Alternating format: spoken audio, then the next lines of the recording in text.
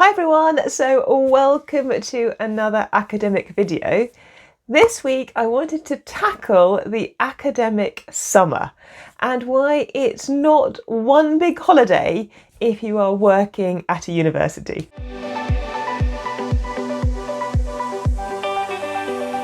Hi, so welcome back to the channel. If you're new, welcome to our academic space here on YouTube. My name is Caroline, I'm a UK-based university physics lecturer, and we're in August here in the UK, and one thing lots of people have been saying to me, or quite a few friends, is, oh, it must be lovely now you're on your summer holidays. And as an academic, so as somebody who works at a university, either maybe you're a lecturer or a teaching fellow or a research fellow, actually the summer holidays can be one of the busiest times of the year. So I thought I'd share in this video a little bit about the activities that we get up to across the summer and why actually we aren't on vacation for the whole of August.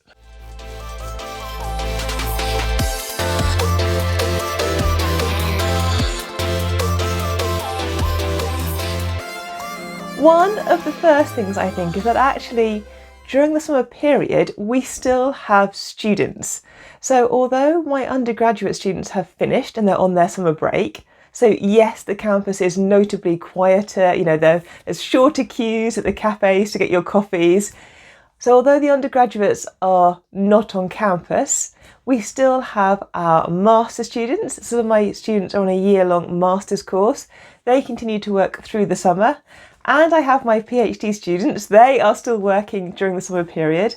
And we have postdoctoral researchers, so PDRAs, they're still working through the summer. And indeed the academic staff, we're all still working through the summer as well. So the campus isn't completely empty and quiet, and there are still students that need to be taught, supervised and looked after during the summer period. And that means because there's still students undertaking active parts of their study, I still have marking. So you can't necessarily escape marking. It still comes to get you, even in the summer holiday period. And right now I do have a marking load that I'm actually having to complete. And also we have something called the late summer assessment. So this is an examination period of time, and it's for students who either needed to put in extenuating circumstances during the exam period earlier in the year, or for students who missed the grade slightly and need to sit the exam for a second attempt. So that means actually we do have a formal exam period happening. Usually that's in August. So there'll be exam papers that are set and there'll be exam papers to mark. So just because it's summer, you can't necessarily escape marking. There are students' work to still mark from the master's programmes, and there are, as I said, this late summer assessment period, so there are undergraduate examinations still happening throughout the summer months. I also am regularly meeting still with my PhD students. They continue to work across the summer. Yes, they do take a summer holiday. I encourage all of my PhD researchers to take a summer holiday, but it's not like weeks on end. They will take a normal length summer holiday and then come back to their academic studies. So they're busy and need to keep having interactions and meetings and support. And actually I'm also planning for the next intake of PhD students. So typically I'll have new students joining my research area in the autumn, so in the late September, October period. So I'll be making sure that they are signed up to the university correctly, their finances, if necessary, are in place, they're enrolled correctly on the courses. I've got the initial outline of their first few months of work sorted. So, there's preparation to be done for the next incoming PhD students as well.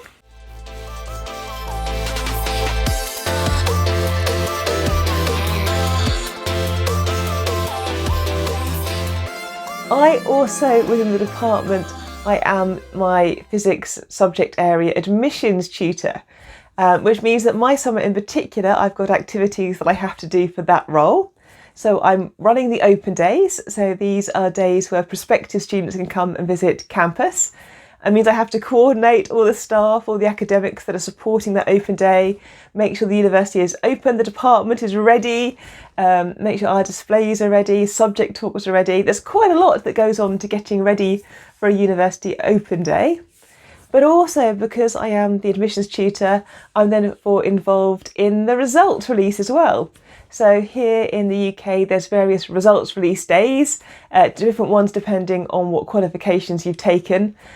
Typically we have the IB Baccalaureate released at one point, Scottish Highers might be released at one point, and the A-level results that quite a few students will take here in the UK are released in mid-August, and I'm therefore involved in the intake of the new students coming in to the university. So for my admissions tutor, the summer is definitely one of the busiest months, and I have to plan my own holiday accordingly. I can't go away during those key periods because I'm needed to complete parts of my job.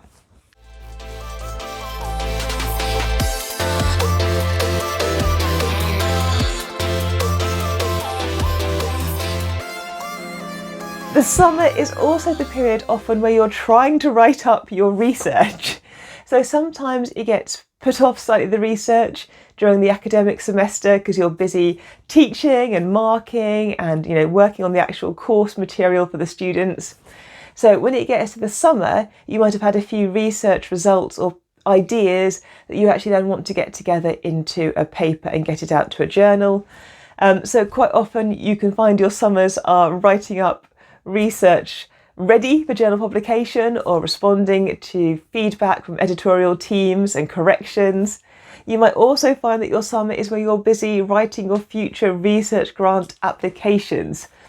Quite often there'll be research funding calls, they might have deadlines in the winter, and you might need to do some legwork in the summer to get your collaborators organised, to get your bid idea together, and to actually start to write up your research application. So from a research point of view, the summer can be a really busy, productive, but a really busy time within the academic year.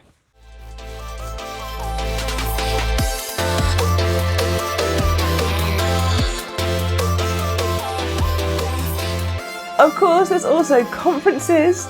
So quite often conference organisers will schedule their conferences and meetings in the summer period because they know academics aren't necessarily having to do so much teaching because there's no undergraduate students about to teach.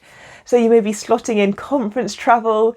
Yes, some of it's still virtual, but more and more of it seems to be going back to being an in-person meeting.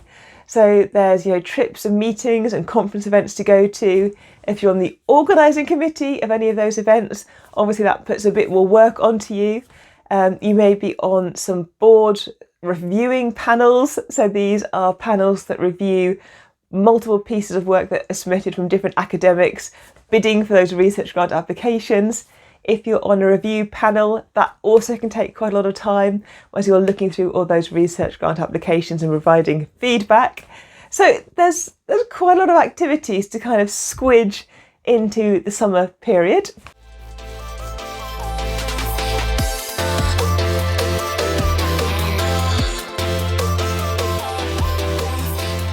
And I guess if you've got a new lecture course, so if you know that you're teaching something different in the autumn semester, you need to prepare for those new teaching materials, make sure you're organised with the module, know what you're going to be teaching in the different weeks, what assessments are coming up for the students, have you met all the module requirements? I think I made another video about how you prepare a module.